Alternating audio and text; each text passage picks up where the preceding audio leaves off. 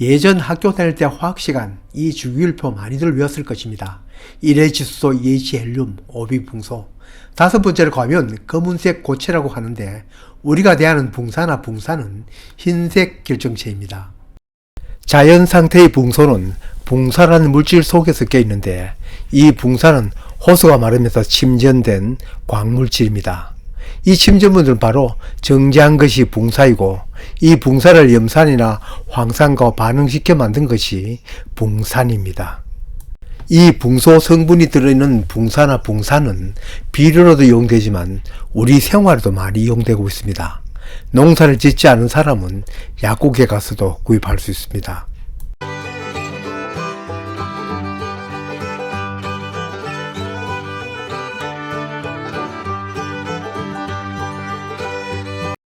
농사에서의 붕소, 즉 비료의 요소로서 붕소는 모두가 알다시피 미량요소에 속합니다.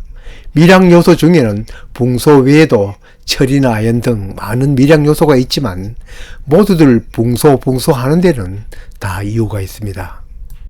붕소는 비록 미량요소로 작물에 많이 필요로 하지 않지만 광범위한 역할을 하고 또 자연상태의 소양에는 부족하기 때문입니다.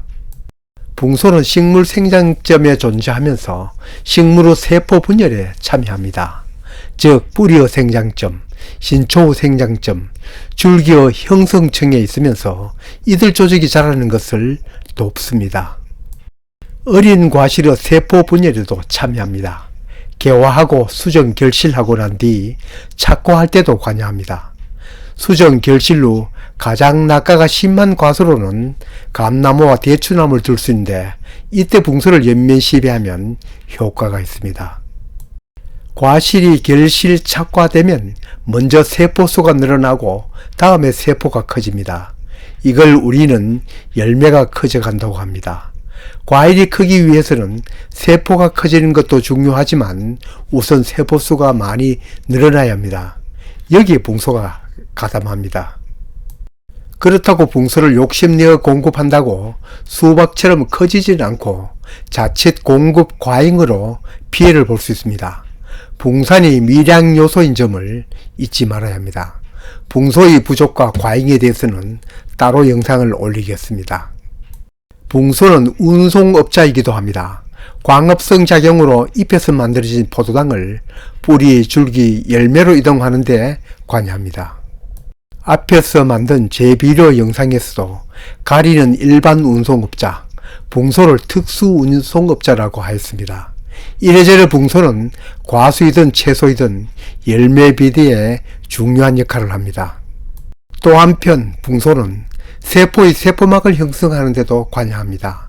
따라서 붕소가 부족하면 무나 감자 같은 땅속 식물이 속이 비거나 속이 검어지기도 합니다.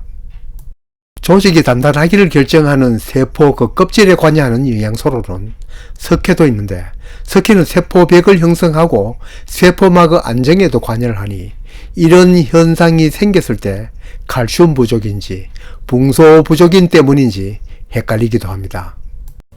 흰색 결정체인 붕산은 암염이 생산되는 곳이나 호수의 물이 증발하고 남은 그 밑바닥에서 채취하는데 그래서 붕소 화학식에 보면 이렇게 나트륨이 들어있어 짠맛이 나는가 봅니다.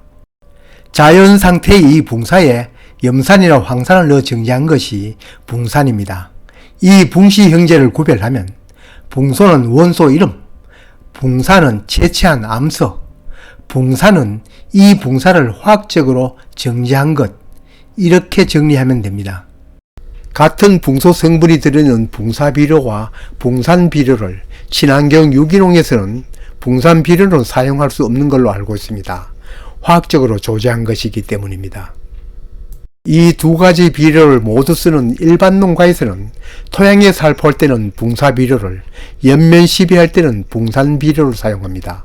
붕사에 비해 붕산비료가 물에 더 잘 녹기 때문입니다. 이 붕소는 식물의 자람에서도 여러가지 중요한 역할을 하지만 농사 외에 우리 생활에서도 그 쓰임이 많습니다. 녹이나 때 제거 능력과 탈취 능력이 있어서 그릇 닦기나 냉장고 등의 탈취제로도 쓰이고 심지어 미백 효과가 있어 치약의 원료로도 이용되고 있습니다. 피부 화상이나 습진에 바르는 붕산 연고도 있습니다. 또 방부제나 건조제로도 이용되고 있는 줄 알고 있습니다. 살균이나 살충의 효과도 있는데 이는 농약으로 이용되기보다 가정의 골칫거리는 흰개미나 바퀴벌레 퇴치에 이용되기도 합니다. 붕소가 든 붕사나 붕산을 개미나 바퀴벌레가 좋아하는 당분, 즉 설탕이나 무력과 혼합하여 밀가루나 빵 등에 섞어 이들이 잘 노는 곳에 두면 이들이 먹습니다.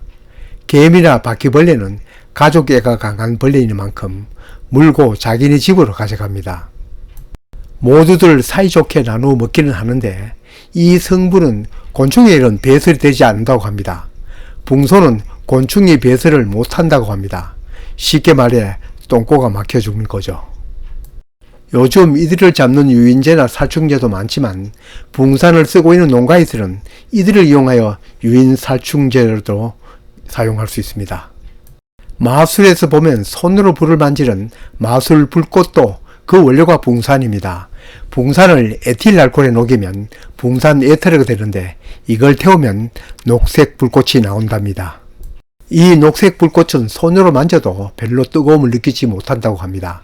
이걸 마술 불꽃 또는 콜드 파이어라고 합니다. 부뚜막의 소금도 집어넣어야 짜는 법.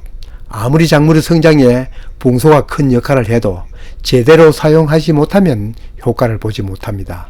뭐든지 그 성질을 알아야 제대로 효과를 봅니다. 다음 시간에는 붕소의 성질과 붕소가 결핍되었을 때나 과잉일 때 어떤 현상이 있는데 대해서 얘기를 나누겠습니다.